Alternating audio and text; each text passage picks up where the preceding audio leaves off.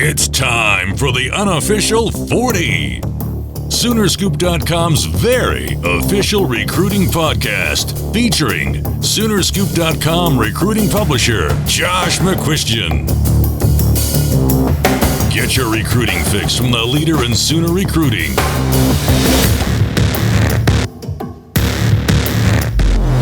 It's the Unofficial 40 with your hosts, Soonerscoop.com publishers Gary Murdoch and Josh McCuistion.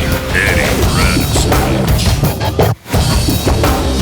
All right, welcome back. It is another edition of the Unofficial 40 with the gang all here. And as I turn off the volume on my phone, and Josh and I had this discussion this week. We are going to change the intro at some point because this is not a recruiting podcast. It's more than that. And when we planned this all out in the beginning, we're going to have like two separate podcasts, and then we merge it all into one, and it's just easier this way. So Josh McCuistion joins us. Josh, how you doing today? He put himself on mute, no doubt. I'm good, guys. Yeah, I'm with you. No, I'm here. No, we can hear you. You just sound like crap. Yeah, you sound like a robot. Crappy audio. Some reason your internet connection died. Either that or Eddie's downloading porn and using up all of ours. No comment. Stop it. Okay, I'm going to hang up on you, Josh, and call you right back. And there's a bleep and a bloop, and where'd you go? Now let's call him back and see what happens. It's always good for the viewers to hear this. This is the process that we go through. Yeah. Looking behind the curtain. Now he's not answering. Hello. It might be shaky. Are you there, Josh? Hello.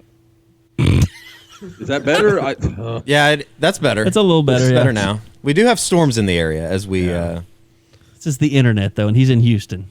Yeah, that's probably raining. Okay, we sound good now. Okay, screw you, Josh. You're on the podcast. Eddie's here. Joe is here.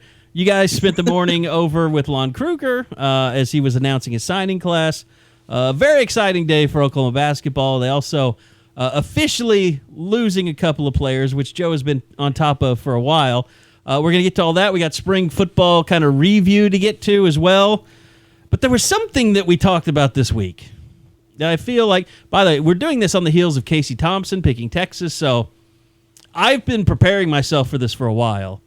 The mass panic over how did OU let Casey Thompson go to Texas from the non-scooper variety. And I know people listening to our podcast are not all scoopers, and they're not all as in the know. You should be scoopers, by the way, to throw that little ad out there. It's very easy. You would have known all of this stuff. You would have known that that OU was going to lose two basketball players, one of them being Dante Buford. You would have known that OU already has a quarterback. His name is Cameron Rising, and they haven't offered Casey Thompson. They've kept in touch with him. They've been nice to him, but Casey Thompson had an OU hat out there today, and he had no shot of going to Oklahoma because they never would have. Josh, I'm assuming they never would have accepted a commitment for him, correct? Oh, no, yeah. He wasn't a valid option for them at this point. So what do you guys think of that, though? There's some people on the board a little upset that he had the OU hat out there. It's a non-issue to me. I mean, it's daddy weird issues. to do, but Is I that think what it's it ugly. is? I almost feel like you're doing it kind of wussy way if you don't put the OU hat out there. I mean, you live 25 minutes or 15 minutes. You're saying from Norman. rip people's hearts out when you can. Yes, absolutely. If they're uninformed and that stupid, yes, absolutely. they deserve to have their hearts ripped off. Absolutely, 100%. Well, I thought it was agree well with Eddie played. on this one. Do you guys look into the hats? Like the OU hat was like it had the curved bill. It wasn't a flat bill. Does that mean Like he's been wearing it? I bet Charles has been wearing it. Or they just didn't. Let's find an OU hat around the house, while the others they went to Lids or something to get something. I Nice. feel really bad for Charles Thompson today because I mean now he has to go to Texas games. I mean that's got to be hard. He must hate his father. I mean, Josh, do we have any confirmation on that? You saw over the weekend that he officiated a wedding, right? That who did? Charles did. Whose wedding? Peter Gardier's. Really? Oh, man. Yes. Well, maybe that's why he's going to Texas. Maybe there was a sign in there somewhere that we all should have seen. Maybe Peter Gardier just paid more for a preacher than anyone in the history of the world. Actually, I've heard like really good stories about Peter Gardier. Like he's a really solid dude. because he never has to buy a drink anywhere he goes. I'm sure he is nice to everybody. My He beat OU father-in-law 4 has times in a row. officiated 2 weddings, so I've got that on my family resume. I want Eddie to be a wedding official. that'd be amazing. I'm licensed to. I have You're lying. my cousin. You married 2 people. Absolutely. When was this? You're smiling like you're lying right now. It was like 4 years ago. Or no, it was longer than that. I was in college, so And how old were they? younger than me. Like 20. They were probably like 21. Why did you do it? I'm not sure. Was this a Romeo and Juliet thing? Like you were the only person they could find that would actually marry them? No, 'cause no, they no, were no, poorly no. suited? No, The no, no, no. Capulets and the, what was the other family? The Montagues. Yeah. No. Nice. Just helping family out. That's the kind of guy I am. I'm a big family guy. My cousin. You are. That's true. My cousin married me, so it's not that weird. You can do it. Did you go ad lib at all though, Eddie? Did you go off? Yeah. Yeah. Get a little I mean, you don't have to go you straight by the book. nervous? A little bit. But I kind of want Joe to think about his last sentence. My cousin married me. Oh yeah. Yeah, that is. Yeah, kinda, that didn't sound good. She lives in LA. It took me a minute. And she says every time she meets somebody, she tells them, "I married my cousin." I was makes like, more sense. married by my cousin. There you go. English is hard. Yeah. Yeah, Lord knows I'm not trying to teach you anything, Joe, because we know that's not my turf. We had a discussion earlier this week that should lead the podcast, I think, about unathletic heads. Oh yeah. And that is it's always been a bugaboo of mine. Was it the bracket linebacker for your Colts, Josh? Gary Brackett. Gary yep. Brackett, the most unathletic head I've ever seen on an athletic body. And what's weird is the number 2 Colt of all time, or number 2 is a Colt. It's Marshall Faulk. He has a very unathletic head. And by the way, The greatest. I'm about to say the greatest quarterback, the greatest Colt quarterback ever, Peyton Manning. Yeah. Weird head. Has So, an unathletic. is that- Although I'll say this, Peyton Manning, his head became unathletic over time. Like if you see the pictures of steroids? him coming out, the forehead growth. He has a 6 head now. But if you see pictures of Peyton Manning like coming out of Tennessee, he didn't have that unathletic of a head. is that the steroids? He still had a defined jawline. Is that the steroids or the that's- helmet pinching his brain up? Because he always wore his helmet super tight. He had that raspberry red mark on his head. That always has been like I think the go-to Peyton Manning steroid argument, though, is that his head did change. Looks like an look orange at all on the a baseball toothpick. players. Barry Bonds' head. But I mean, you think of like guys like. I mean, I'm thinking of like Adrian Peterson, very athletic head. Is that a very athletic head? Yes. Yeah, that's a good head. Well, okay. What are the qualifiers for an athletic head? Like, what are our parameters that we're looking for here? Symmetrical. You know what you're looking for in an athlete, Josh. It's just that in a head. like strong jawline, Okay, sure. eyes can't be too far apart. Big nose is always a problem. Like horse face. Like if you have a horse face, like Sean Lee, the linebacker for the Cowboys, he has an unathletic head. What about guys Okay. guys like Matt Ryan? I don't think that's an athletic head, but in a different way. It almost looks soft and mushy. And here's the thing: like if you look like a preppy kid, that's not an unathletic head. See, Matt Ryan to me looks like a preppy kid. It's like there's 2 different types of prototypical quarterbacks. There's like the Troy Aikman kind of big, strong, tough quarterback, and then there's the Tom Brady kind of preppy kind But of he quarterback. has an athletic head. Tom It Brady- became athletic just like him. Tom Brady? Yeah. He's married to a supermodel. Yeah, You can't be married to a supermodel and have an unathletic head. That's a qualifier. Okay, There's you just some- sum this up. That's what this is coming down to. This is, are you good looking or are you not good looking? Well, And no, putting but it you in can really be nice packaging. unfortunate looking and still have an athletic head. Like most people in the WWE Frank have Kaminsky. athletic heads, but Frank Kaminsky has an unathletic head, yeah. Landry Jones had an unathletic head. Landry Jones is also unathletic, though. Heads are hard because if it's too oval one way or the other, it looks weird. But also if it just is a circle, that's But you gotta also admit, weird. Gary Brackett looked like a 7-Eleven convenience store clerk. You have to From the neck up. If you're listening, you have to Google it because I did when Carrie sent this to the group message, and I thought it was really funny. Like he looks. The first picture Gary that Brackett. comes up, Yeah. for Gary Brackett is really funny. His head went to a point. He looks like one of those guys where his rolls start at the top of his head and they go all the way down his neck. I bet and when they he don't was stop. Shane Battier, unathletic head. He has the rolled Yeah, head. yeah. I bet when Gary Brackett was born, he looked like a cone head. But it's painful. I bet that thing came out like a pencil. Say the point probably helps. Yeah. As long as it was head first. Which they usually are, I think. I don't know. I don't either. I think that's how it's supposed Like to go. Jason Duffner, unathletic head.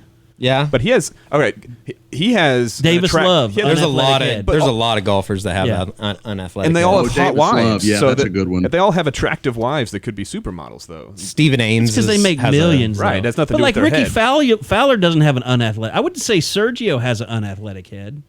No, But Terry, I like think what Curtis, Joe was getting at is he's not letting go of his Tom Brady point. I don't let go of anything. Tom, look, good looking is the same thing as athletic. They share a lot of similarities. Like Aaron Ripkowski had a very athletic head, like maybe one of the most athletic heads I've ever seen. How about somebody, let's stick with the Colts theme. Someone like you know who has Marvin Harrison, super athletic, but he had a goofy looking He did head. have a goofy He was head, a goofy yeah. looking he guy. murdered somebody too. That's true. Allegedly, Allegedly. we can still get sued on this podcast. Does Trevor Knight have an unathletic head? No, he has a very strong chin. Okay.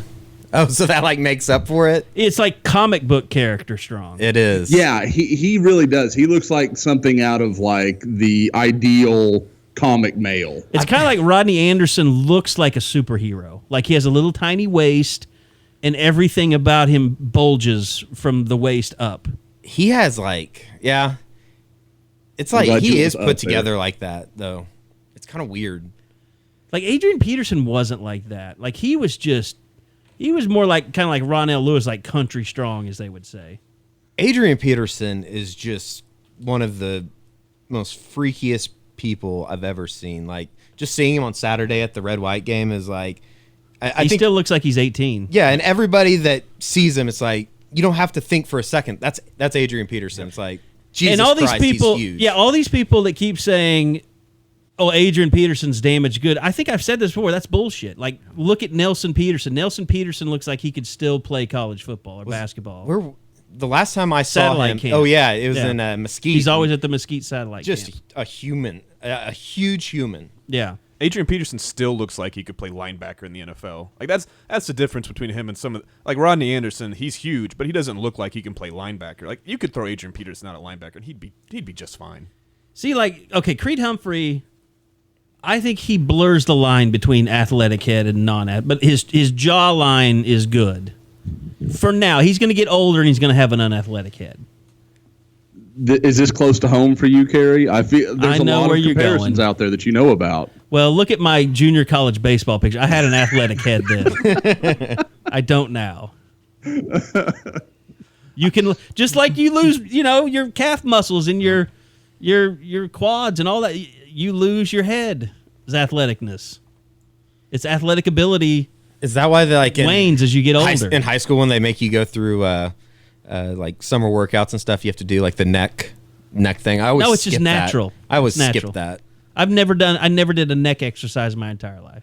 That's But when you lift weights, your neck is it gets bigger. getting bigger.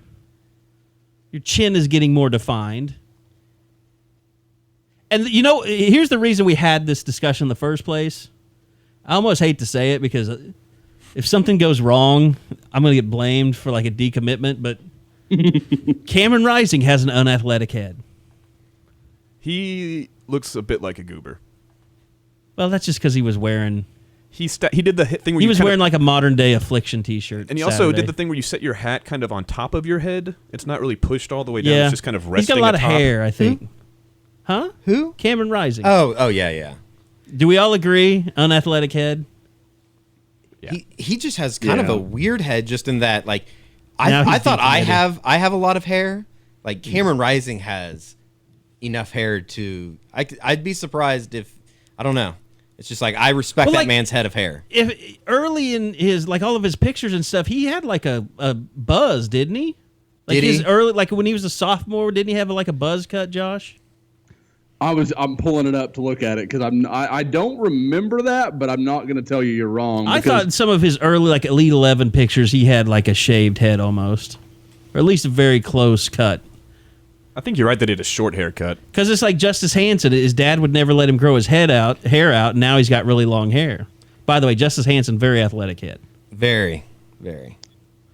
No, he's got long hair in all of our pictures. I mean, not long. I mean, not, we're not talking about any dirty hippies here, but long enough for sure. It's definitely not a buzz. It was a lot longer at the spring game than it is in his rivals photo. He's got like that mop top where all just kind of falls straight down and looks wet. I don't know. It doesn't look like a good looking set of hair. Well, let's talk about the guys that visited this weekend. Sorry, Cameron Rising. We really apologize. Look, we're fat. I'm fat. Yeah. I have no place to talk about people's heads being athletic or unathletic. Our inability to be athletic allows us to talk about people being athleticism, athletic. or lack absolutely. of it. Breaking news from Norman, though. Oklahoma has officially signed Jeff Badett. Immediately eligible. Badett. Oh, you just sent out something. Okay, cool. So, all right. Carry on. So hoop signing day is the same for transfer signing day, I guess. I guess so, yeah. Yeah, it must be. I didn't know that. Okay, so guys that were visiting this weekend, it's hard to miss Bray Walker being out there. He and Cameron Rising obviously got to spend a lot of time together. Josh, did you get any feel, you hear anything, any chirps about how Cameron Rising's visit went? And is it possible that it's put them back solidly as his team once again? Yeah, I actually talked to Cam a little bit through the week. Not really enough to facilitate a story, but he and I talked some, and I definitely get the feeling that he's good. And, I always contended that it wasn't really about that for him. There was some interesting storylines, some stuff kind of happening behind the scenes. I can't help but wonder if there wasn't some pressure, not even like from his family, but from some people around him that he kind of knew that were saying, hey, maybe you should take some trips, do some of that stuff. There was talk that he was going to visit Texas this weekend, and that clearly hasn't been on the books. And now they've got Casey Thompson. Yeah, that you would think that ship had sailed, which to me, if there was any school that felt like maybe if everything just fell right, maybe they could be a threat, it was Texas because of his dad's relationship with Tom Herman. But with that not being there any longer, or that option not being there any longer, I don't really see that being a fit. And I think things are good with OU and Cam Rising. He talked about how much he loved Bray Walker and how much he can't wait to play with him. I mean, you get the impression after, you do this long enough, when you talk to these kids, it's not just what they say. It's kind of how they say it and how they're led into a conversation. I mean, he wasn't just talking about, oh, Bray Walker's a great player. He immediately dove into, man, I can't wait till that guy's blocking for me. It wasn't just about he can help, or, I think he's really talented. It was about how we're going to work together, and clearly hinting at we're going to play at Oklahoma. Josh, I'm curious because we've talked about a lot before how quarterback recruiting is different than all the other positions. It's something Lincoln Riley's even talked about, how he wants to make sure that guy's locked up early and that he's recruiting for the team from there on out. So my question is, how do these other teams approach recruiting a guy like Cam Rising who's committed to OU? Because obviously he's still getting contacted by other schools, and those other schools can't be putting all their eggs in that Rising basket. So I'm kind of curious how that all, the logistics of all that, how these teams kind of recruit Cam Rising who's committed elsewhere, but also, I don't know, dip their toe in the water, but have eggs in other baskets, to mix metaphors. Well, yeah, and that's the thing. That's what I've gone on and on about with regard to it's going to be tough for him to flip from Oklahoma if he, says, well, I'm not going to leave until Lincoln Riley does. Well, if that doesn't happen, until December, when is the only time that makes sense if Lincoln Riley were to leave for another job, well, everyone's going to have their quarterback situation settled at that point, because you just can't wait that long. And especially at any major program that's going to be worth him giving a look. Yeah. So that's where this comes down to, because you're right, Joe, you can't do both of these things. And, I don't care who it is. You look down the list of possibilities for him, they're going to have to recruit other quarterbacks, and eventually they're going to say, okay, Cam, are you serious about us? Would you flip to us right now, or we're going to have to take this other kid because we just can't wait any longer? And I've heard nothing to make me think that Cam Rising's going to flip to any other school as long as Lincoln Riley is in the boat with Oklahoma. So that's really what it comes down to. And again, I mean, I saw the interview. You guys ran all the Scoop HD stuff. with Lincoln Riley talking about how talented his quarterback room is right now. It'll be I don't want to say better next year because obviously you're trading Baker Mayfield for Cam Rising, but you talk about young talent in that room. It's a little bit absurd with what he's going to have to work with next year. As long as they can stay away from the popo. 5-0. Get faster. So really, I guess what we take from today is, even though it's probably hard for a lot of OU fans to see a legacy like Casey Thompson go to Texas, that ends up being probably the best thing for Oklahoma in their quarterback recruiting. It's crazy to think about, but yeah, I mean, it's kind of a net gain for Oklahoma. Yeah, the scary part, I mean, you have to be a little worried if you're Oklahoma. I mean, I know you make your decision, and I think we're all in agreement that we really like Rising and think he's a better prospect. But, I mean, to see a guy so close go to your most hated rival, there has to be a part of you that says, I hope he doesn't become great. I mean, if Casey Thompson goes down there and sets the world on fire, everybody's going to be looking at OU and thinking, what'd you do? Especially, well, that's just natural. I mean, I know. Did you make the right evaluation? Yeah. And you're going to have two kids that are playing at two very visible schools that know each other very well. We're going to know did OU make a mistake? No, I mean, that's going to be a natural storyline. If these two become starting quarterbacks, that's going to be a storyline every time the Red River rivalry comes up. Be awesome. But the chances of these two guys becoming starters at both schools at the same time, very slim, I would say. Very. I mean, just look at what Oklahoma already has in the I guess in the quarterback room, in the cupboard. And I mean, who knows? Who knows what will happen down at Texas? I think that a lot of people, when Kendall Thompson signed with OU, thought he was going to be a 4-year starter in Norman as well. So, well, it's been pointed out to Josh, especially this week, that he likes certain quarterbacks that didn't pan out. What are you talking about, Cody Thomas? I don't know anything about that. Look, I like Cody Thomas too. I saw a Jason White style quarterback, but look, Cody Thomas got a lot of chances to be the quarterback at Oklahoma, and I think you're right. Josh Heupel and his quarterback development definitely suffered when he was an offensive coordinator, but for whatever reason, Cody Thomas didn't have it. I mean, he had enough of a chance to prove that he had, quote, I'm air quoting it, but he didn't have it. Well, yeah, Baker Mayfield came and took that job. There's no reason Cody Thomas couldn't have done the same thing. Yeah. If he was ready to be that guy. He started 3 games in a season. Yeah. Yep. And lost to OSU. So that, off the bat. And he only beat Tech because they stopped throwing the ball and let Samaje Perine run it down their throats. What's crazy is his best game was against Texas Tech when he rushed for over 100 yards. It wasn't him throwing the ball. It was when he was a runner and ran for over 100 yards. And if you recall that before Baker Mayfield won that job and it was a 3-man race, people were talking about Cody Thomas almost as much as Trevor Knight, battling with Baker Mayfield. It's because he's the unknown. I was hearing reports even that people really liked him, but it's one of those things where I've talked to Eddie about this before with him playing baseball. I don't think you can do any sport at that level really that well, especially as a quarterback, while you're splitting your time and your focus. I just don't think it's possible because, look, he didn't play baseball very well either, but we knew that wasn't true. That wasn't indicative of his talent because he ended up playing really well the next year and getting drafted. And so I think he couldn't have, he split two things, and I just don't know if it's possible. And I mean, maybe Kyler Murray will prove that wrong, but I think that's what happened with Cody Thomas. Oh, he's not doing a good job of it right now. I mean, it's really, really tough. And I think that for the people that have been able to do it, it's why that list of people that have is so short. You just don't find people that are. Cody Thomas became a stud there at the end of last season as a baseball player. And if he would have concentrated just on baseball, he probably would have been a stud for 3 years. Yeah. Well, and I mean, he's picked up where he left off, too. They've already done a article about him. I think it was out of somewhere, El Paso or somewhere. I read the hell it, yeah. He's playing at. It was like, he's going to be a cornerstone of lower A or high A, whatever he's playing. He moved up after like 50 games last year. He moved from rookie ball to their low A, and I think he's Yeah. starting with their medium or high A right now. Yeah. So. And he hit almost 300. Yeah, there was a week like where 9 home runs or something like that. And when he moved up. Yeah, it was like 660 for like 2 weeks or something. So, yeah, I mean, I think with Kyler, it's just one of those, like, I got into a discussion of, what was it?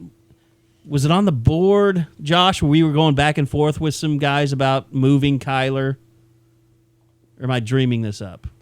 No, I mean, there's always been a lot of talk of it. But I mean, I don't remember you and I was just pointing specific. out the fact that, like, you know, you can't tell Kyler Murray we're going to play you at a different spot. He will not accept moving. He came to OU with the promise that he would get a chance to be a quarterback and play baseball, and they're allowing him to do this. And I know fans are going to be upset because you've got this great athlete sitting on the bench that could probably help you in some form or fashion as another offensive player. They are not going to do that. I think it was me in the group chat is probably what you're thinking of, because That is what I was thinking. I think there's a story here, and if he just won't play quarterback, because he was promised, or if he won't not play quarterback, if he just won't even try playing anywhere else, I understand not wanting to give up the dream of playing quarterback, but what I don't understand is not finding any middle ground. Look, if you're not going to play quarterback this year, and you know Baker Mayfield's the guy, and he said himself he believes he's the fastest guy on the team, how can you be just okay sitting there on the bench and not be thinking, you know, I surely I can take a wildcat snap, surely I can do a jet sweep or something out of the slot. Like those things don't keep you from playing quarterback later. Everything that he's doing that takes away from preparing to be the next quarterback at Oklahoma is taking away from being the next quarterback. If Baker Mayfield gets a concussion, he wants to be the best possible quarterback he can be when he goes in there, probably in hopes that he can prove that he's even better than Baker. And like Baker would never get the job back or something. I mean, that's how kids think in their head. And I guarantee you that's probably how his dad thinks in his head. Ryan Tannehill's someone who I brought up, I remember in the group chat. He played wide receiver at Texas A&M for years and still was able to come in, play quarterback, and be an early first-round draft pick. If you're that good, you're that good. And you can't tell me that learning to take a jet sweep or learning to play the wildcat every now and then is going to deter you from being a great quarterback down the road. There just has to be some middle ground there for someone who is that good of a weapon. I think that's the major point is, I mean, you look at him at the spring game, there weren't that many guys on the field that had that kind of burst. And you just have to wonder, can OU afford to leave that kind of weapon on the sidelines if they're going to go for a national championship run this year? The conversation, I think... You should have this conversation with Kyler, and then you will know. Well, he's very well could be where he is and staunchly saying, I'm not going to play anywhere else but quarterback, but... Then that's how he is. I think there's middle ground there. That's all. The thing is, it's not just Kyler. It's his dad. His dad has also got a big hand in this. For those that don't know, his dad played quarterback at Texas A&M. Is kind of a quarterback guru in the Dallas area. Like, it trained Kyler from early on. So, I mean, there's a lot of – and I don't want to make his dad out to be a bad guy. There's just a lot of expectation. And like Kerry mentioned at the start, there was – I don't want to say a deal, but this was – he's coming here to play quarterback. That's what we're doing here. That's the point. And so – it's not just you have to convince Kyler, you have to convince Dad. And it's just like we deal with, fans on the board all the time. Well, why don't you guys ask them the tough questions? Well, it's a lot easier to say that when you don't face the people every day. And, it's the same thing with Dad. It's a lot easier for Dad to take a stance because he doesn't have to be around them. You could probably talk Kyler into some things, but Dad isn't there every day. And he's going to say, no, quarterback's where you belong. That's where you are. And there just ends up becoming this where our backs are against the wall and we're not going to give any ground on it. And you don't want it leading to something bad like what happened at A&M. And all I know is rumors and hearsay, but it sounded like it got really ugly at Texas A&M. And OU knew they were getting into a situation that's a possibility. So they're gonna walk around on eggshells about that. I mean, I'm just gonna say it. Joe, you can wish in one hand, crap in the other. What is it they say after that? See which one fills it first. See which one fills it first, yeah. I'm not wishing, though. I'm just trying to point out. I'm just saying it's not going to happen. It's almost a fruitless argument. It's just not going to happen. I mean, but I think it's an important point to make. How many teams leave their fastest guy on the team on the bench? How often does that happen? There's not many places that... There's not many people that have quarterbacks this fast. Yeah, that are the fastest player on the team. I know, because if there were... If every team had a 4.38 quarterback at a big USC, OU, Ohio State, Alabama, they'd be sitting on the bench. But, I mean, Bill Cowher did it for the Steelers. And when we went to the Super Bowl, he had Neil O'Donnell starting, and he drafted Cordell Stewart to be a quarterback out of Colorado. But he said, man, I got this great athlete here. I got to use him. And he used him, and he created this slash role. And I think Lincoln Riley is just the offensive coordinator to come up with some sort of creative role for Kyler, find a way to sell it to him. Look, we're not taking you away from the quarterback room. You're a quarterback, but you are so athletic, you can help this team now, and here's your role. And give it a fun name, call it a quarterback something, I don't care. But those kind of weapons, leaving him on the bench, I think that's a story. I'm sorry, I think that's a point that should be brought up. You're off the podcast. They're not paying him. They're not paying him to do that. Look, it's like I said, I think it's ridiculous to keep arguing because it's just not going to happen. I'm sorry, Joe. All right. I'm sorry to tell you. We can move on. His athletic head, though. He does have an athletic head. Back to the recruits that were in this weekend. Any other positive vibes that you were able to cull from this weekend, Josh? Well, I've talked about it some on the board. The thing that I got, there were a couple things. I think you have to talk about Malik Vann, the Rivals 250 defensive end from Ohio, one of the really elite out-of-region guys that made it in. Released his top 6 earlier this week. OU was in it. I think OU's got a real chance there. To me, there is some question of where does he fit into their plans. Like, I don't know how hard OU is pushing on Malik Vann because he feels like a guy very similar to Jalen Redmond from Midwest City. And I think, like any school, push comes to shove, you're going to want to land guys from places you recruit more frequently because that just works out for you in the future. And kind of within that thought is the people I talk to, they feel like Oklahoma is going to clean sweep the state of Oklahoma. And that means Ron Tatum, Jalen Redmond, and Josh Proctor from Owasso, which is, I think, the first two, I think everyone kind of assumes Oklahoma's going to win there. But Josh Proctor is the one I think everyone's a little bit unsure about. But I talked to a few people that act like it's going to happen and that there is a lot of conversation with Proctor in the background amongst a few of the guys that are already committed, and there's a lot of confidence kind of stemming from that. Here's something to factor into that. And I'm not saying that this is a guy that pushes players one way or the other, but having Blankenship up at Owasso, do you think that helps Oklahoma? I don't think there's any doubt. I mean, Bill's always had a good relationship with OU. He and Bob really, that's the only coach at OU he really knows. I mean, don't get me wrong, it goes back farther than that for him by a few years, but not a lot. So I think there's a lot of familiarity, and there is that ability that I know if I send my guys there, he's going to get a fair shake. So the question is with a first-year guy like Bill, I mean, is he really going to have that relationship with Proctor that it's going to matter much? I don't see that. But at the same time, it can't hurt Oklahoma. I think it's going to be a positive for them, but I don't know how much it actually adds up to. Well, and we've talked about this before. We've got the St. Louis Rivals camp that we'll all be up at. We still have some logistics to work out, whether Josh has veto power over music. If it's 90s pop music, I get veto. That's period. That's a non-starter. You're really upsetting the apple cart with that stance. That's what Eddie and I were raised on. Those are the songs of our youth, man. I think the first CD I ever bought was Hanson, by the way. I'm going to admit that on air right now. Josh is going to say ska only or something on the way back. Hell no.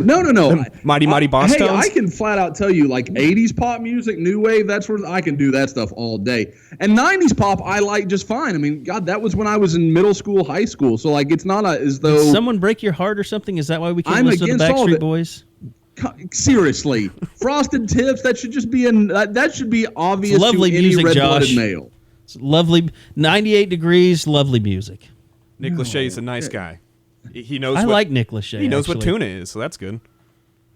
Yeah, well, wow. That's so. See what the plan. Joe. Here's the problem. The plan is right? Josh is going to fly to St. Louis. We're going to take a minivan. My favorite thing in the world to do is to drive a minivan across the country. Joe will be sleeping in the back as usual. Get that Bears rest in. Eddie, weren't you a little upset last time we went to Kansas City and Joe just slept the entire way? Like, isn't that kind of cheating? No, because that's probably what I do anyway. So I told you could do that too. I was like, you don't have to sit up here with me. You can go back there and sleep with you.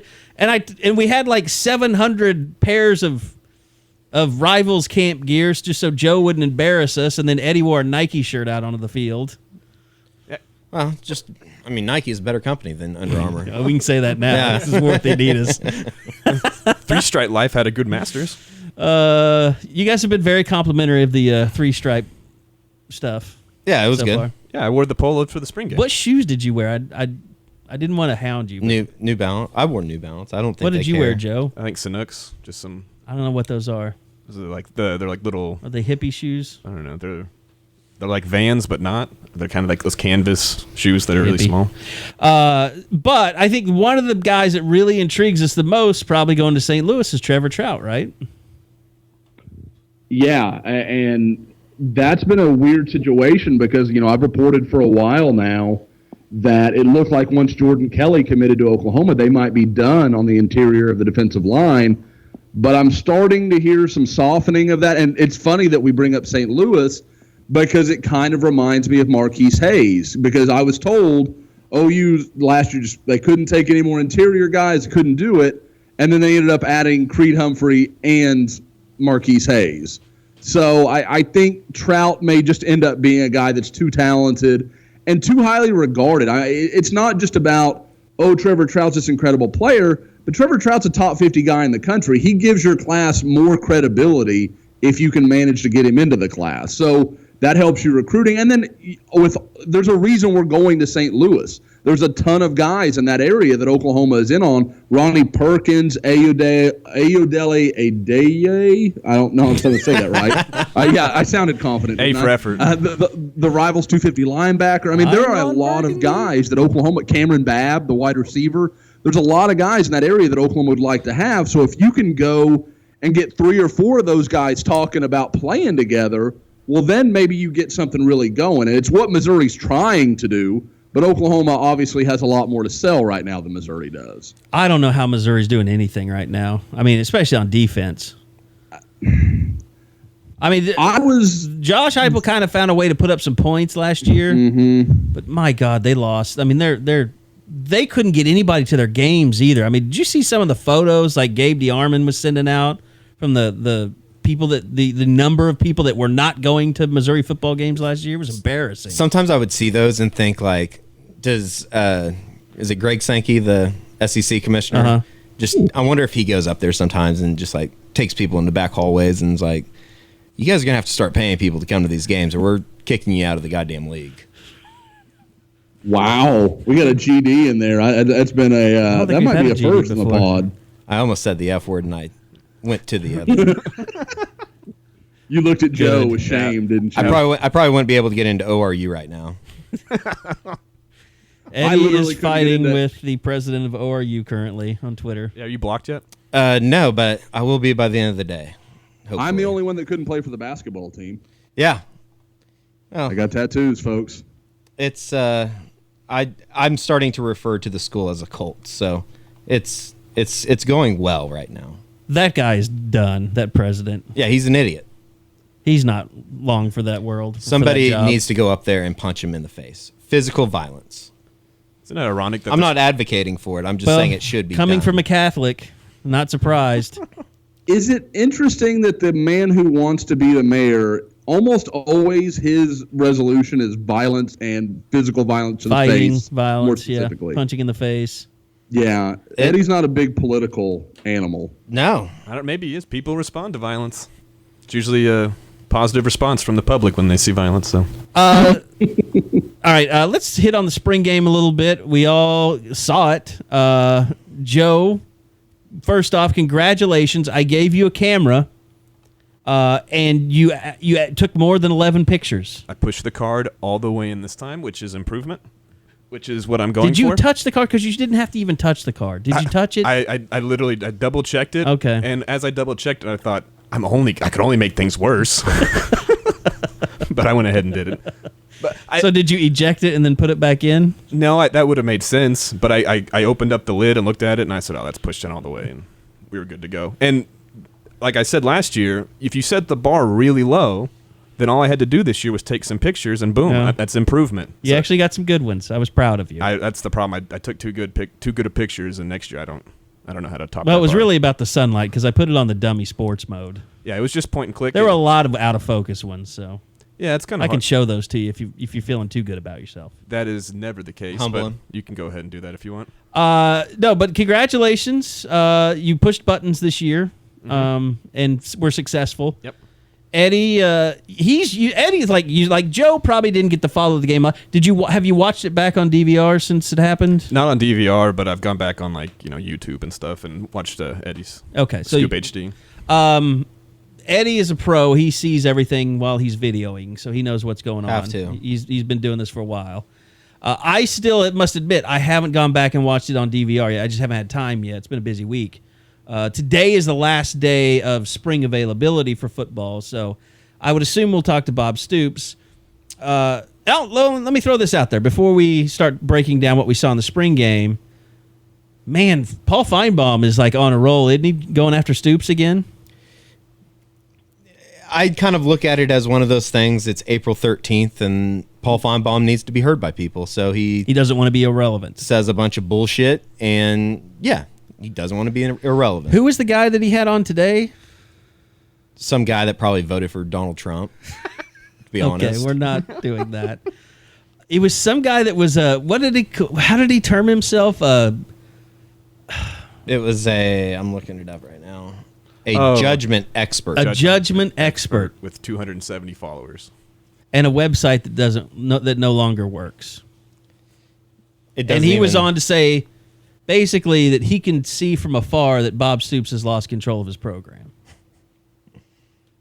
Which Finebaum yesterday called him a total failure as a disciplinarian.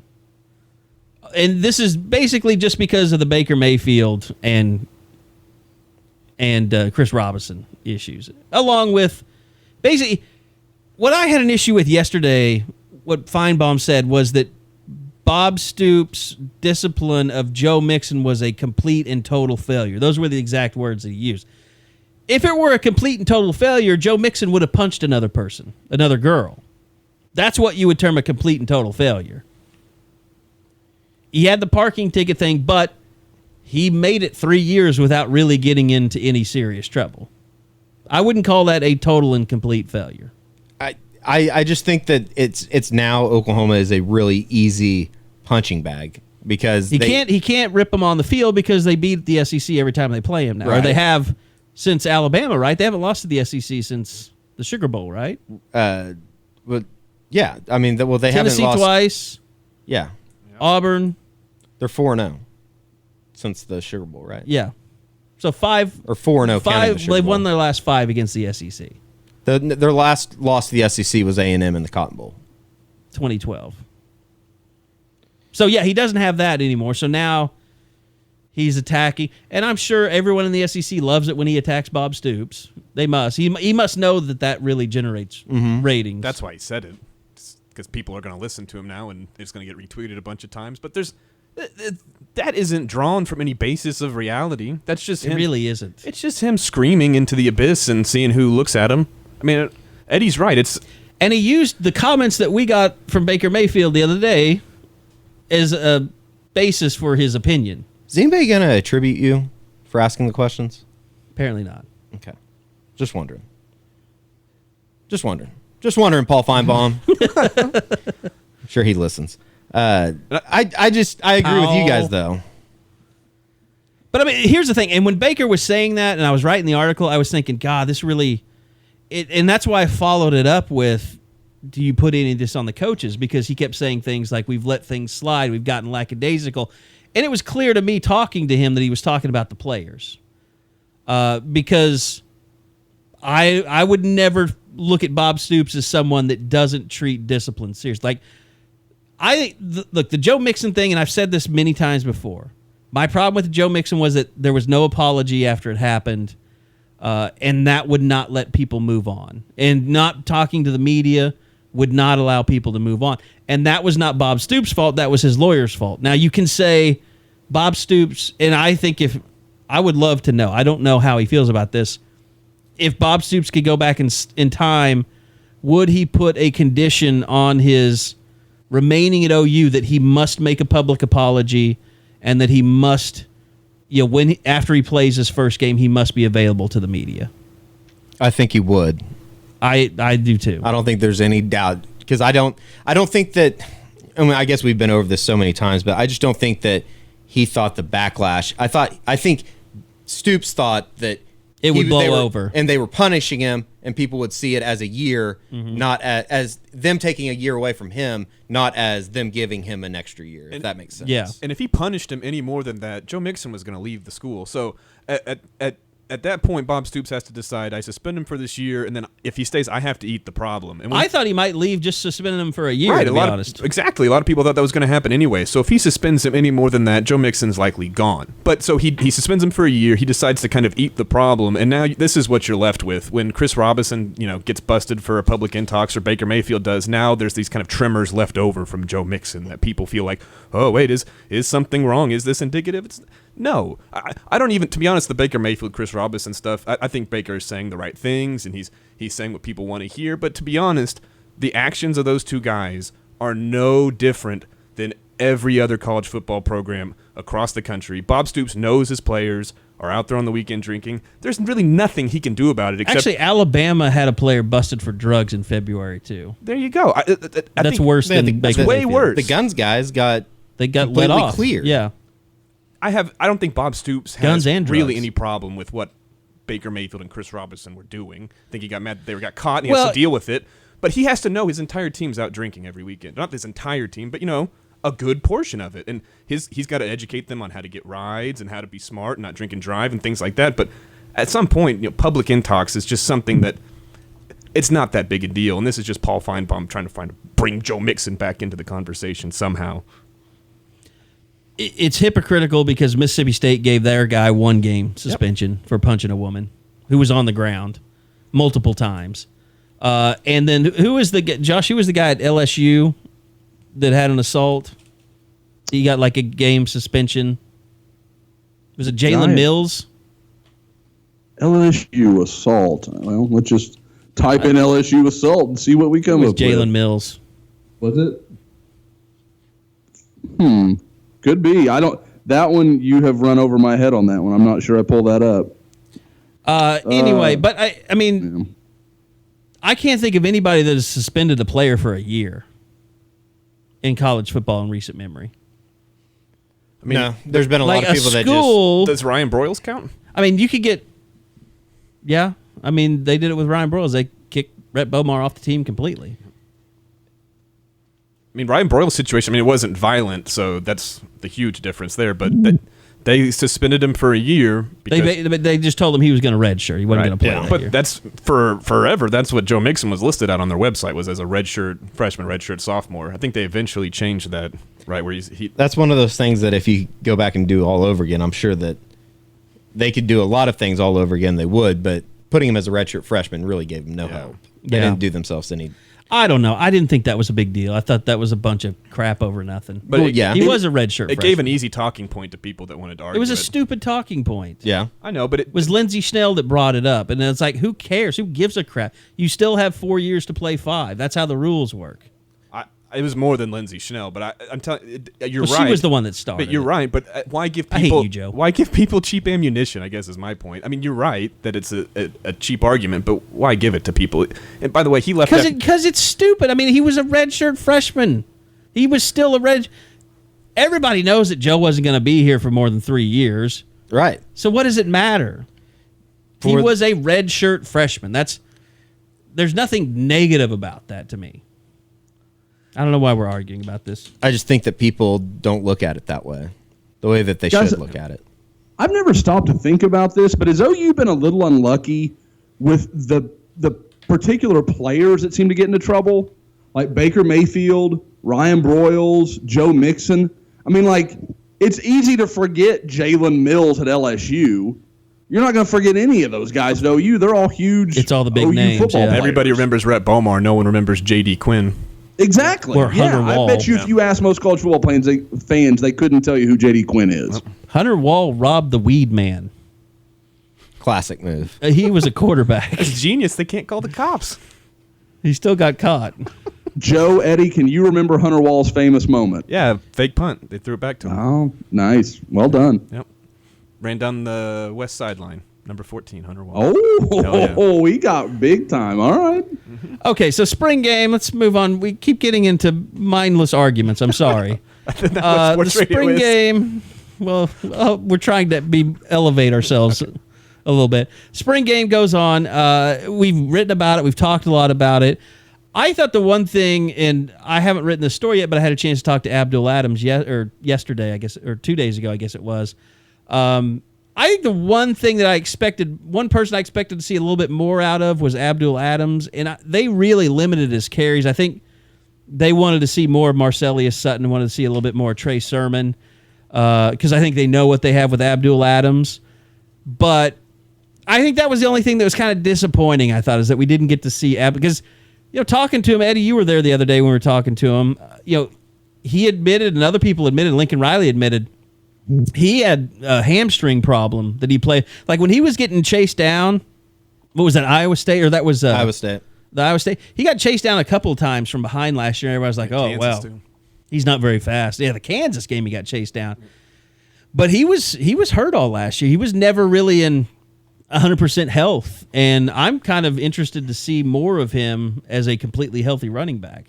It's interesting that they were so, I guess, defiant in saying throughout the spring that he's been the most consistent. He's had the best spring. Said that, yeah. It's just going to be interesting, though. It's kind of one of those things that's like, I need to see it to actually believe it.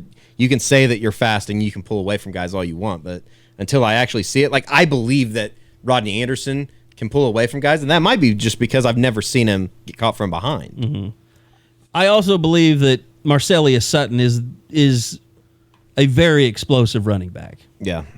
There was just some of the little small things that he did in the spring game. It's like you just don't do that without having something with you. Yeah, he made cuts that nobody else made. I mean, that cut he had on the touchdown was something that nobody else in that running back group can do. But I think what you said after the game, Kerry, was exactly right. That you should feel good about all those running backs, though, and which is a good thing to say when you lose guys like Joe Mixon and Samaje Perine. But tell me if I'm wrong. But I think that Oklahoma can do something like maybe those old Florida teams that had guys like Ramey, where you mix in multiple running backs that all have a specific role. They've talked about how Abdul Adams has great hands, make him more of a guy who catches passes out of the backfield. Trey Sermon's a little bigger, maybe use him in a more physical role.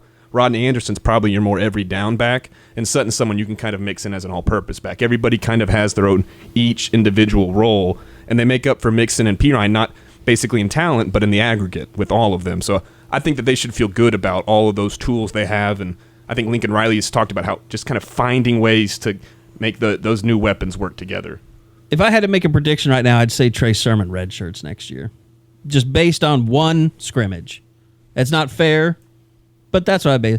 Josh, let me ask you, where do you think Kennedy Brooks fits in? I think Brooks is definitely a guy that needs the red shirt. Now, I will say, I think as a natural, instinctive runner, he's going to be as good as anybody OU has. But the problem is he's not the physical specimen that Trey Sermon is, or the unbelievable burst that Marcellus Sutton has. So I think he needs time. He's a guy that's going to show up. Everybody got such in a panic about how big Marquise Brown was. Kennedy Brooks isn't going to show up at 150 pounds, but I bet you he'll be 180-ish. I mean, something like that. And that'll make him the smallest running back by far. Yeah. Exactly. So I think he's a guy that'll be best served with a year. And I think also you get to kind of put some separation between himself and Rodney Anderson, and you start to develop that ball or that gap a little bit so that you don't lose all your running backs in the course of 12 months. Eddie mentioned the cupboard thing earlier, and I was thinking about this today, how in some positions OU has done just well for themselves to stock up guys, to have the next guys coming in, and running back looks to be another one of those. I think fullback's a great example how they've had that transition from Trey Millard to Dimitri Flowers, and Jeremiah Hall's next. I think one area where people are concerned, though, is the defensive line. What's that group going to be like? What's the next group going to be like? And I think after the spring game, I don't know if those concerns really lifted. I mean, Kenneth Mann had a nice play, and I think Neville Gallimore had a really good game, but you didn't get to see Devontae Lampkin out there. I think DJ Ward, we know what he is. I don't know what this defensive line outlook is going to be, and I think that's probably your main area of concern if you're an OU fan coming out of the spring game, right? Dalton Rodriguez made his scheduled spring game sack as well. He's an He'll- all Stoops spring game. He's in the performer. Marshall Musil Hall Yeah. of Fame. I think Shin brought that up on Twitter. Was it? Why can't I remember this? Jermaine Hardison. That was the guy that was always big time. In spring games. Everybody was like, "Why don't you play Jermaine Hardison more?" Because he's a walk-on from Midwest City. The guy I always remember, Kerry, this is way back. Like I want to say this was 2000. Do you remember the Elijah Von Stoenhoek kid? No. Oh God, he was he was a white wide receiver, and I remember like going into the season, people were like, he's going to play. He might be the walk-on this year that breaks out. And I don't remember ever hearing from him ever again. Now, I mean, I was in college and drank a lot, so it's entirely possible I just blacked something out. I think you invented took some bad acid one day and like started just thinking up guys. Sounds like I can almost like I want to say his number was like 15 or something. Like it was something weird. Like I and I remember part of the buzz was probably some of it was probably because I was a student, and so like students don't know shit, and so oh man, I've heard this guy's tearing it up in practice. Like we had no idea. I literally do not know who you're talking about. We might need bizarre. We might need to put together this summer like a all Stoops hype up walk on team that like, never played, but always got talked about. You could do that with a ton of like the all Stoops favorites. Brody Eldridge's team captain, and then like you could go down a ton of those kind of ridiculous lists. There's a lot of running backs in a certain era. Like Goot and JD would probably have to be in there. JD played a lot though. Dante Hickson. What are you talking? JD was all Big 12. No, I'm talking about guys that he just loved. Oh, that okay. Stoops loved. Oh, okay, yeah. Brody Eldridge, those guys. He loved Trey Millard. All the fullbacks. Just football players. Yeah. Football guys. The big athlete he loved. All those kids they recruited from Kansas, Missouri. I think would Blake Bell be on that list because he gave up being a quarterback to go play with the big uglies? That's a good question. I think he's probably up there. He always talked about Bell quite a bit. Maybe Paul Thompson a little higher on that list. He loved him some Paul Thompson. He did. He won him a Big 12 championship after he kicked the quarterback off the team. Defensively, I think you got to start with Neville Gallimore for me. I thought he was really, really impressive. I see you say Neville. I'd probably say Parnell Motley. Like I think, you're right. I think Parnell Motley is. I envision him as the starter right now. Over is that Jordan too much? Parker. I'm with Eddie. I think he's the favorite. I think they're 1A, 1B going into fall camp now. Just simply for the fact that Parnell Motley made 2 plays on the ball that I honestly don't think they've had. Nobody in since a game. Zach Sanchez has made a play like that. Like tipping the ball, they should have stopped the game and gave him like some kind of like warrior freedom thing. Maybe not. That is a legitimate charity. You cannot start that. You can't crap on Warriors for freedom. I'm not crapping on them. I'm saying it'd be like the highest honor. How about football for freedom or something? The Lee Greenwood Award. They should they just should have stopped the game and gave him $200. Maybe like a Toby Keith bronze red cup or something. What if they just stopped the game, gave him $200, reported it to the NCAA right there, be like, yeah, they paid him. Bounty. Terry, Lee Greenwood strikes too close to home. That hurts. He's been married 4 times, Josh. He's a womanizer. Lee Greenwood has? Yeah. You don't? Do you know my Lee Greenwood story? No, I don't. I'd love to hear it. Okay, I told it on the board, but it's probably one that needs to be shared. So when Tiffany and I were, we talked about it. We knew we were going to get married. I'd asked her dad. We'd covered all the preliminaries that we needed to, and I didn't want to pick out her ring. I was real big about that because I was like, I don't know anything about this. Why don't you pick out the ring, and then I'll try to make how I ask you kind of fun, and we'll do it that way. So there wasn't the surprise of is he going to ask, but it was just kind of when I was going to. So I'd planned it all out. I take Tiffany to Vegas to ask her, and she knows what it is, but she doesn't know when I'm going to do it. And really, I didn't either. So we get there, we're staying at the Bellagio, and Tiffany'd never been she really hadn't been to Vegas before, and so she's sitting there, and we've got a window view of the fountains, and it's great, and we're about 15 minutes from leaving to go see a show.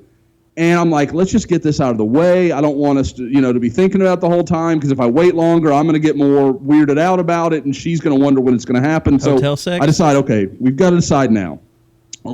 And all day long, for those that don't know, at the Bellagio, every 15 minutes, Eddie, in the evenings, they play a song and they have a water fountain feature that goes with it. The water cannons start going nuts. Yeah, and it's awesome. Everybody it lines really is up a on cool the thing. strip to watch it, yeah. Yeah, especially if you haven't seen it before. It's awesome. And so Tiffany's watching out of our room window, and like they've been playing Luck Be a Lady and Viva Las Vegas and all this stuff that I'm like, that would be perfect. That'll play while I do this, no problem. I get down on my knee to ask Tiffany the question. No way. I'm proud to be an American starts playing. And I'm like, you've got to be shitting me.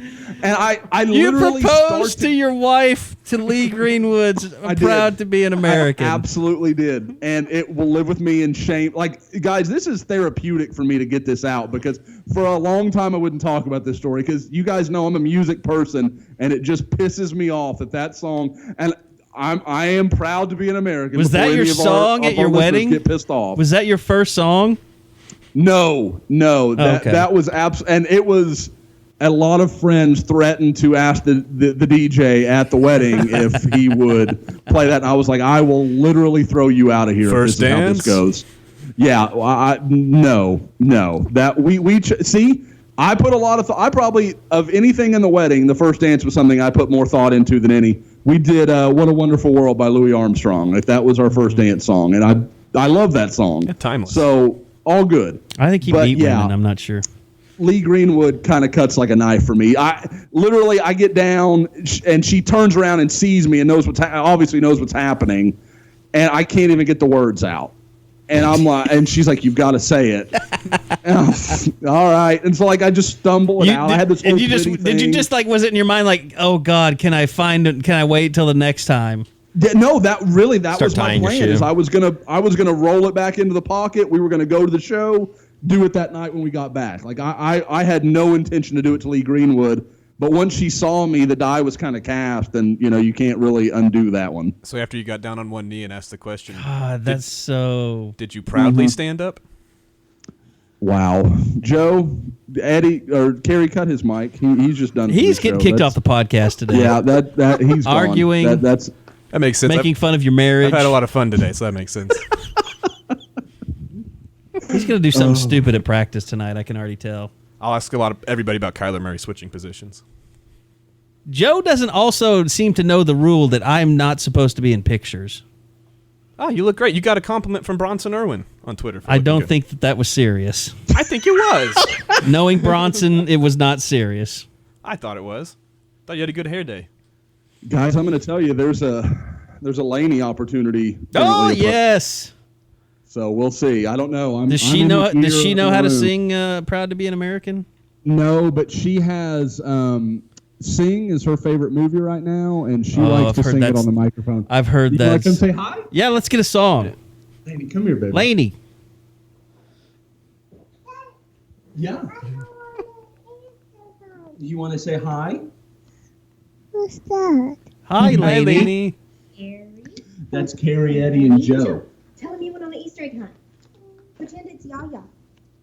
No.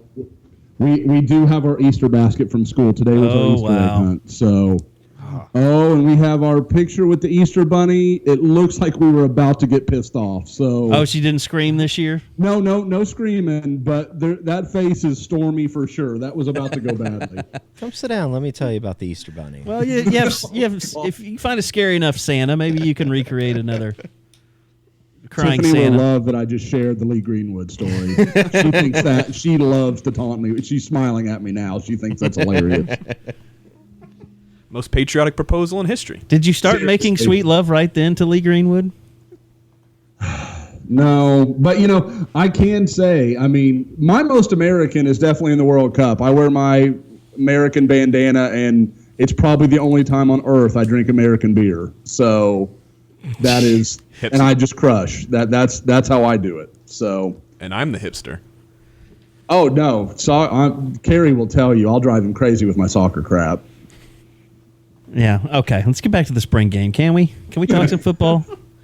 By the way, I believe Laney is a drink. Did anybody see the thing on the board where somebody came up with a drinking game for the podcast? For when Laney is mentioned? Yeah, pretty sure I she's think a drink. that's like a half drink. I think someone has to chug. I think everybody has to chug now because she was actually on the podcast. I think so. I think that's a big one. Yeah, that may be a new one because that was her first. I'm pretty sure Josh's Josh's wedding stories are going to be included in the next incarnation of the drinking game. He put that out? Oh, no, it's from the Barstool, OU Barstool account. OU Barstool. Breaking news. Is saying that PJ and Banasaur is transferring. So basically, one of the students has gotten it from PJ and Banasaur that said he's transferring. Oh, we got something to ask Bob tonight. Somebody's going to be pissed they didn't break that after 3 years. That doesn't surprise me at all because I think PJ and Banasaur has been the leakiest player on that team for 3 years now. He seems to like telling people, everybody except us, because we don't get him free T-shirts, I guess. Well, good luck going to play somewhere else. I don't know where he can play. He's not a corner. He's not a save. What I was told, and I've said this before, what I've always been told about PJ and Banasaur is he can't play corner. He's not good enough, and he doesn't study the game enough or understand it enough to be a safety. So he's kind of SOL. Sounds right. Probably don't need it. I don't need to pile on, but the nickname I'd always heard from him from people that were at practice was PI in Banasaur. He was just someone that could never get his hands off receivers, could never stop being physical, couldn't just trust his feet. And I'm with you, Kier. I don't know how he can. If you can't play corner and play like that, maybe safety, but you can't play corner like that. Definitely not in the Big 12. No, not against these teams. Well, maybe Baylor now that they're power run team. Okay, well, you just want him to put hands on people. Me? Yeah, I thought that was the Baylor fit. No, you're one step ahead of me there. Touche. Very good. Okay, back to the spring game. Middle linebackers, it's clear to me that they're still feeling their way out there. I mean, it's like they know the answers, but they know that it's not working yet to the level that's going to make them a great defense. Like John Michael Terry is the guy. They're going to see if Kenneth Murray can be the guy. And I almost think like they don't really know exactly how it's all going to play out at this point. So what do they? I mean, it's just kind of a wait and see period, really. I mean, I thought that develop their asses fast. Yeah. Well, I mean, I guess there could be some argument on the board just in how they're going to go about doing that, right? Well, I mean, it's obvious that Capri Doucette was not going to be in the plan. I mean, to move Kenneth Murray like they did is an indictment against Capri Doucette as a middle linebacker. And he's, Capri Doucette could probably be really good playing Caleb Kelly's position, but he's not as good as Caleb Kelly. That's the problem. That was pretty odd too that he would transfer the year or the spring at the end of the spring going into his senior year. Like, I don't know. It just seems like, was he processed or did he really and truly decide to transfer? I don't think he was processed because, I mean, you saw all the social messages to him from teammates and stuff. I mean, he seemed like everybody loved that guy. Yeah. I wonder I don't know. I guess sometimes maybe just get back closer to home. I don't know if he has a kid or anything like that. Yeah, that was my first thought, that I don't know the ins and outs there. It just seemed weird. At linebacker, it's hard to judge from that spring game too much, but I rewatched it a little bit, and to be honest, I was trying to see what John Michael Terry was doing, see if Ricky DeBerry, Curtis Bolton, see what was going on at middle linebacker. But I mean, to be honest, what I saw a lot was just Caleb Kelly making plays, and I wasn't even trying to watch him. He would come in and save the linebackers in a lot of situations, turning guys back into traffic, or basically sometimes it was just diving and making a play when a middle linebacker should have gotten there. So I think that's one of those things where maybe Obo and Caleb Kelly can help kind of disguise any developmental time that they're going to need from John Michael Terry or Kenneth Murray. But Kenneth Murray looked explosive at times. He didn't make a ton of plays. He just didn't know what he was doing. Exactly. He just looked like he was running and kind of running like a chicken with his head come off. But that was his second practice. He looked explosive, though. I mean, he had that one tackle down the sideline that was, I think, the hardest hit of the day. It's one of those things where, do you trust that they'll be ready by the first game of the season? Well, I think just being out there for John Michael Terry, being the guy, being the starter, going against that offensive line. I mean, those guys, that's the thing you got to realize. That's a good point. I remember you had that one series of shots of Creed Humphrey just destroying Kenneth Murray, and he just drove him down the field 10 yards before anybody else could drive their guy a yard off the ball. I mean, going against that line, they're really going against one of the best lines that they're going to face all year, other than Ohio State probably. It seems like, and I guess it's probably easy why he wants to do it and talk about it, but every time we get with Bill Beatenbow, it's like he loves talking about this offensive line. It's like he has tools that he's never had before, I guess. Yeah, kid in a candy store. I think he said that, too. He said that he's never had a group like this in his entire career. I think Lincoln Riley also had a good point the other day when he said, look, one of the reasons these running backs look so good in the spring game is because the depth at offensive line is so good. He says in practice, usually your second or third string offensive line is kind of a crazy show, a shit show. So, but now that they have guys that are that good with that much depth, it makes everything look that much better. And I think that is also the catalyst why people have so much confidence in the Oklahoma offense. I mean, it's partly Baker Mayfield, but I think that other part is that offensive line where people are like, okay, it's okay that they lost Joe Mixon and Samaje Perine and Dede Westbrook because, man, that offensive line is that good. You know what's crazy is they weren't even playing Cody Ford and Jonathan Alvarez with the twos. Like, the twos were all by... And I guess Bill said this yesterday, or the other day, it slipped by everybody. Zach Mettenberger is beating out whoever it was to be the backup. Quinn Mittermeier? Mittermeier. What did I say? Miedenmeyer? Zach Mettenberger? Mettenberger.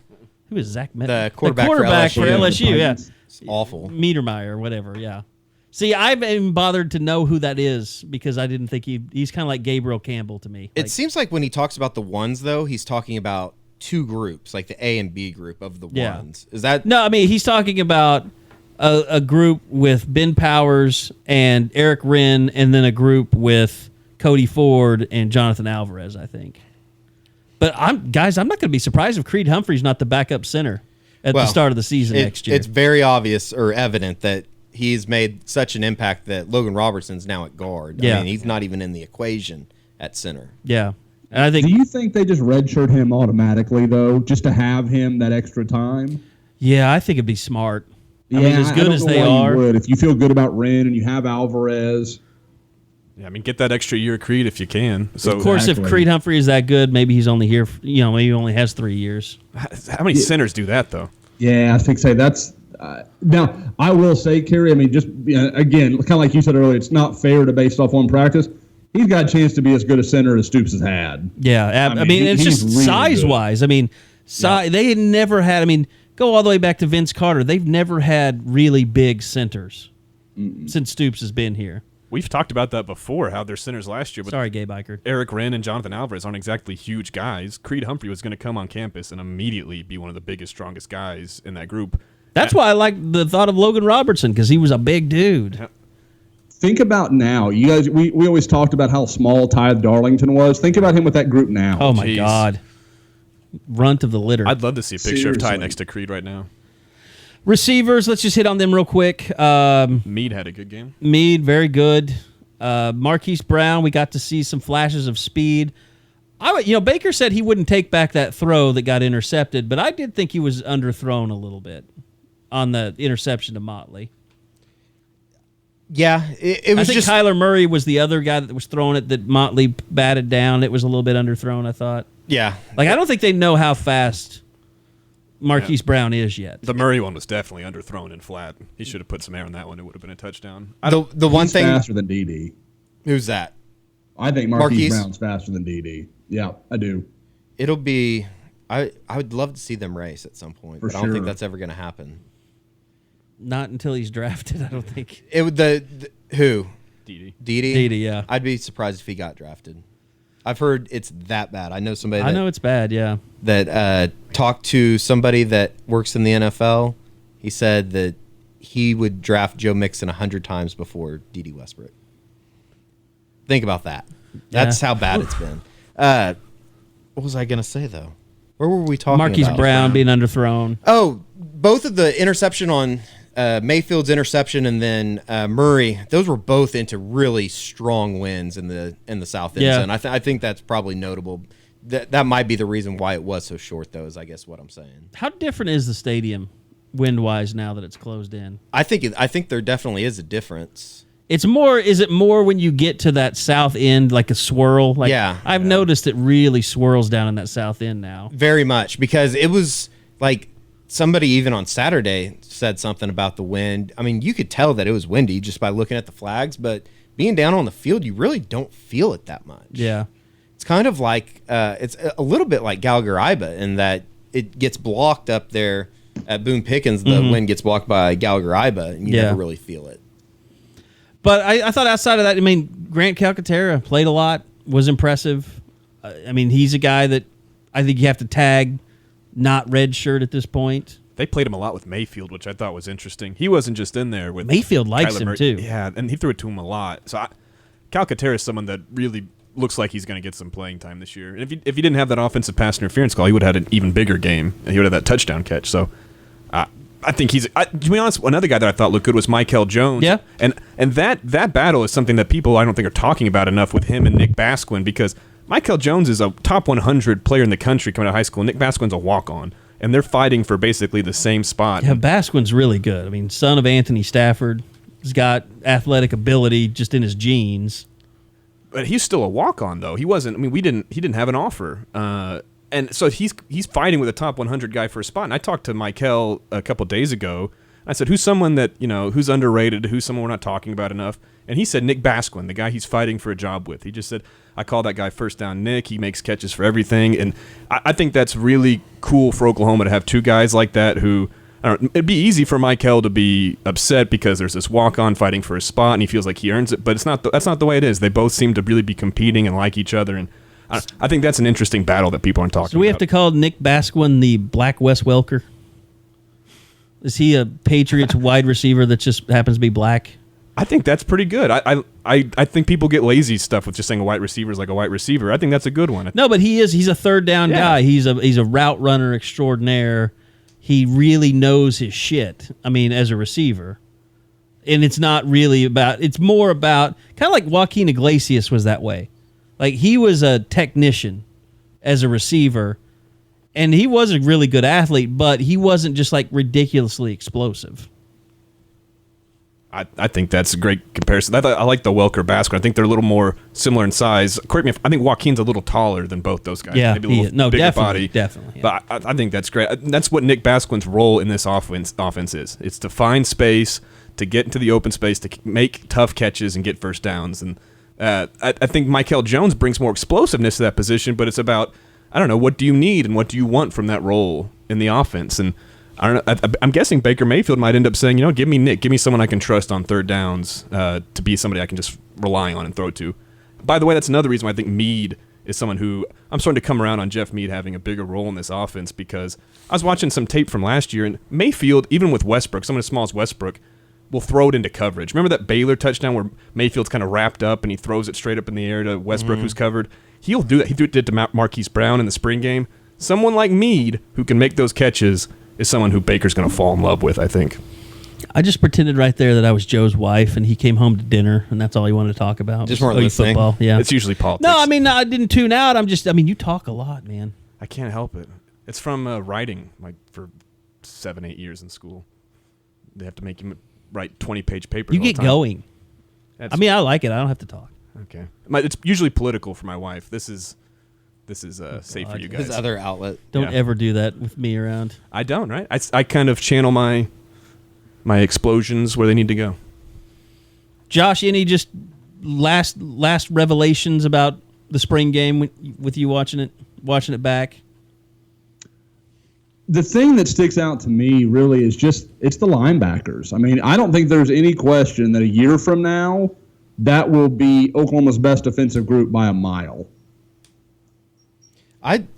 Just to add to that, Josh, I think I guess this is to ask you, because you were the only one that talked to him in high school, but standing next to Kenneth Murray, it was like for the first time in a while, I got this feeling that I was standing next to like a middle linebacker or just a linebacker in college. Does that make sense? Yeah, I couldn't stop. I'm sorry, go ahead, Josh. No, you're fine. I still, and I mean, I've talked about this, I think, a couple podcasts ago. I can't wrap my head around it. I've never seen a kid change his body that fast. When I thought Kenneth would fight size until he was a sophomore in college, and now he looks the part as much as any guy on that roster. What I couldn't stop thinking about Saturday is just what a shame it is that Tay Evans had to give up football. Yeah.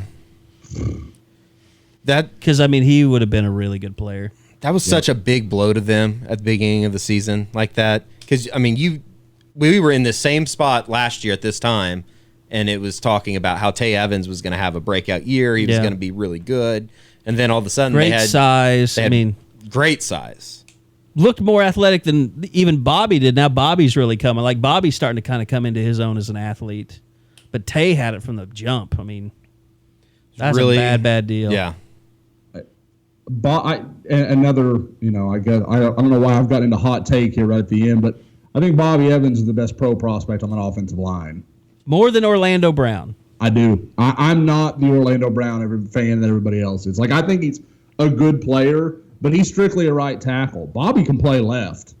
In the NFL, Orlando Brown's not a left tackle. He's just not. So you're saying this is similar to that OU offensive line that had Phil Lodeholt at left tackle and Trent Williams at right tackle. Guys, exactly. They should be flipped. It's happened to Jamal Brown at right tackle, Wes Sims at left. Yep.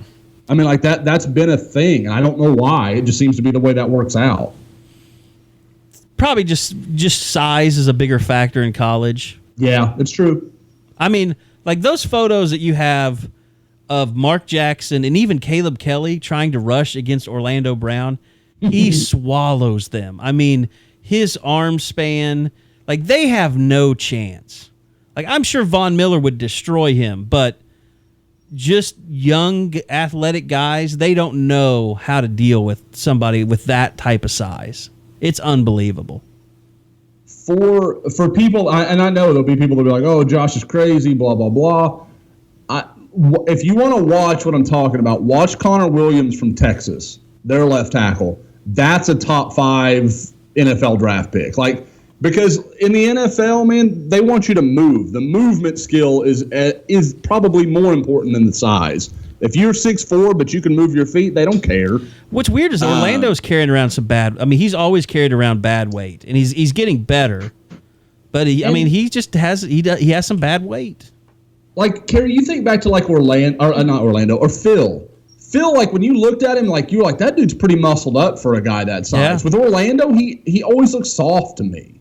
Like he doesn't look like a guy that's killing it in the weight room like some of the others are. No, like Drew Samia made a much bigger gain and has made much bigger gains in the weight room. In just his body type, it's better. Like Cody Ford is the closest thing to Phil Lodeholt to me, where he's just a big, massive human being, and you don't look at him and you go, I mean, I think like, oh my God, how many pairs of pants did they have to sew just to make his ass? Like, he's just so huge. But you don't sit there and say, boy, there's a lot of bad weight on his frame.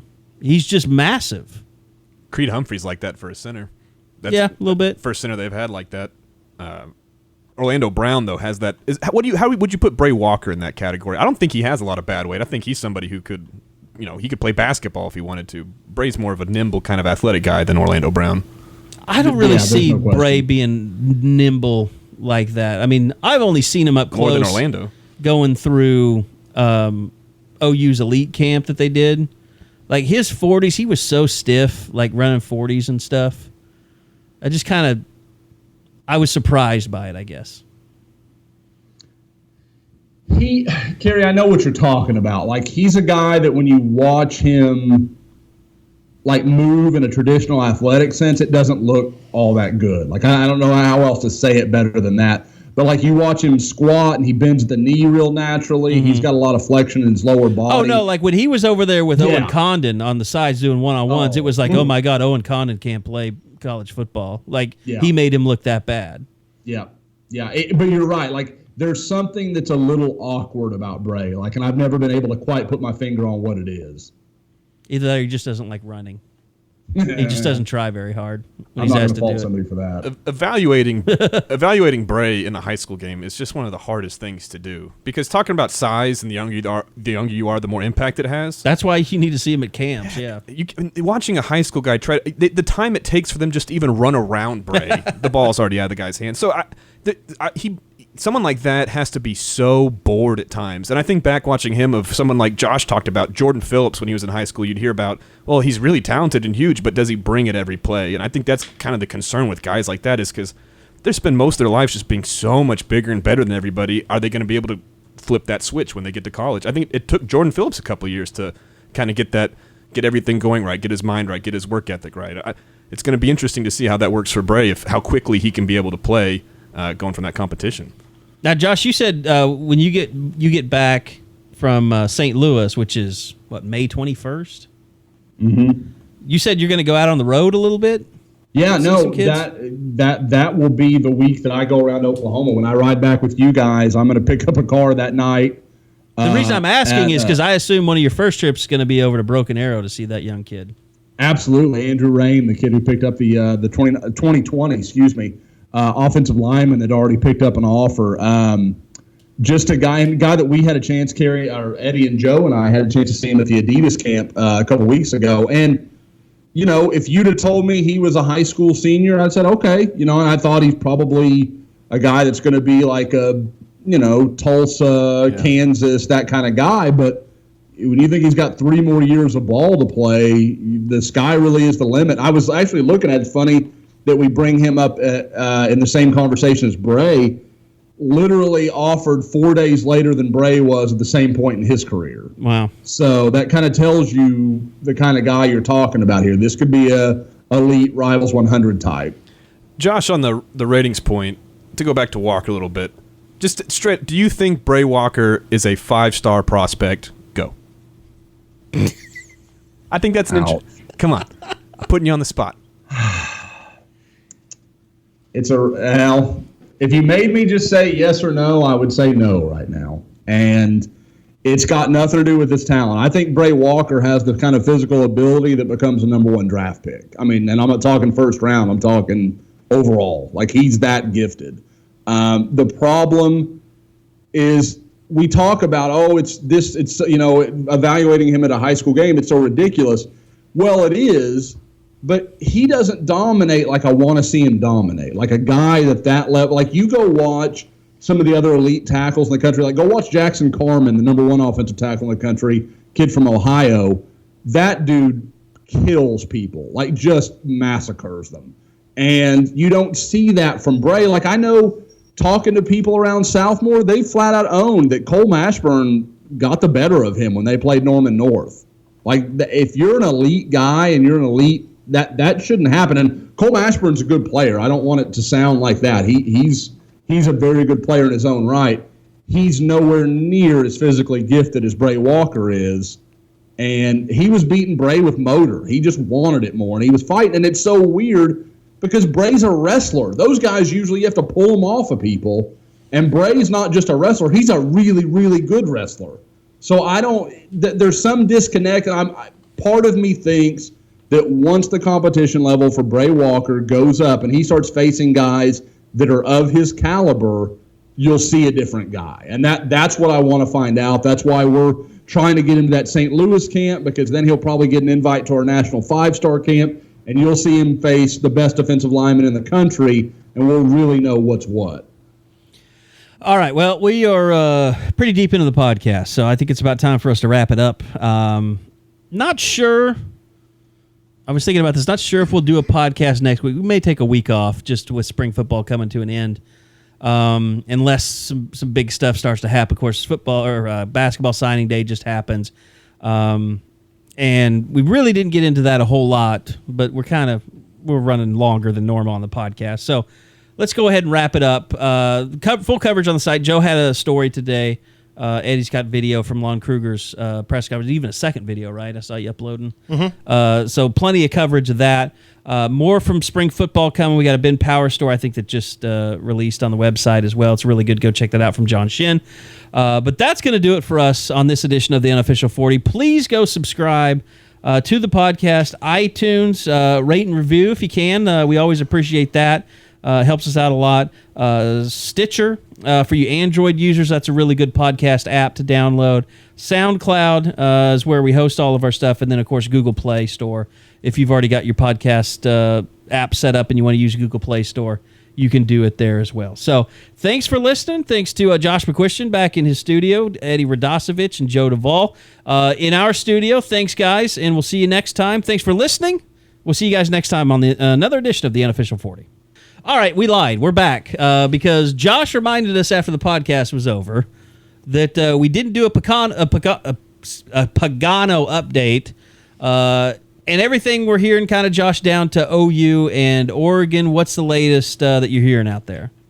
Well, I think everyone, and I think on both sides of the fences, from what I've gathered, is kind of left in the dark. I think he's kind of shut it down. He's just talking probably amongst his family and whoever will be involved in this decision. But yeah, it should be down to OU and Oregon. Really eliminated Notre Dame, and even I talked last week about hearing some stuff about him returning to Clemson, and Dabo Swinney kind of gave that credibility when he talked about it after one of their spring practices last week. So that seemed like a possibility, but I know that's been eliminated as well. And honestly, the thing that I thought was interesting is I got a better vibe from some of my sources following the Oregon visit than I did going into the Oregon visit. I think there was a feeling that maybe he was going to go to Oregon, pull the trigger, and then all this was for naught. But he came back. I know he's talked to Bob Stoops since the Oregon trip. I know he's talked to several other people on the staff. So I get the impression that Oklahoma thinks they have a chance here. And I think everyone's expecting to know tomorrow. I think that's kind of the deadline. He has told some people, has given some people now. Things change. I mean, kid may come to tomorrow and realize he doesn't know what he wants to do. But I think at some point this weekend, OU will know their fate.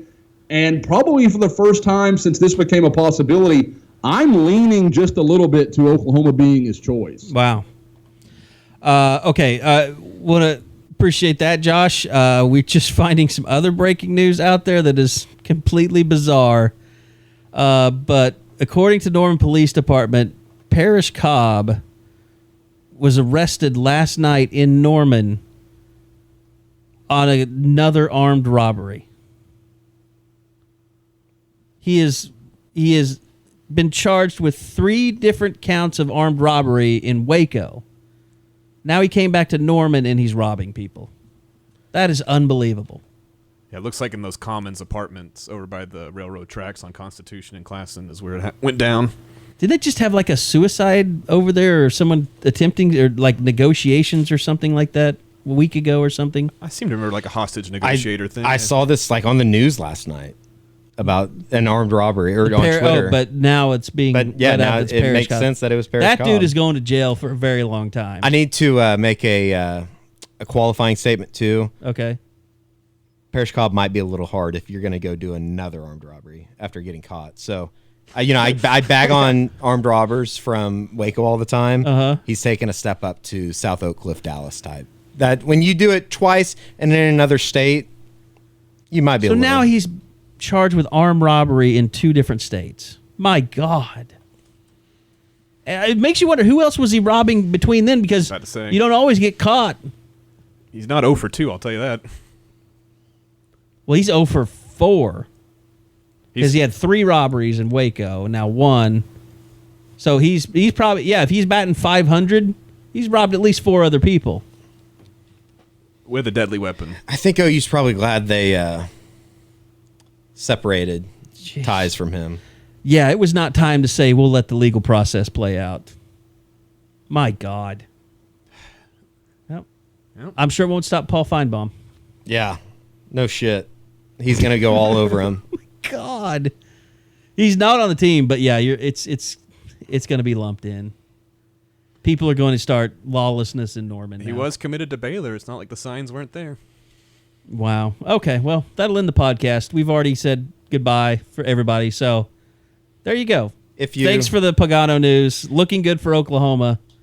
The news on Parrish Cobb is not looking good for him. Tweet at Sooner Scoop if you're going to get robbed by Parrish Cobb, or if you've been robbed. Or if you've been robbed. It's a tip line. It's a tip line. Okay, thanks, guys. We'll see you next week, maybe, on the Unofficial 40.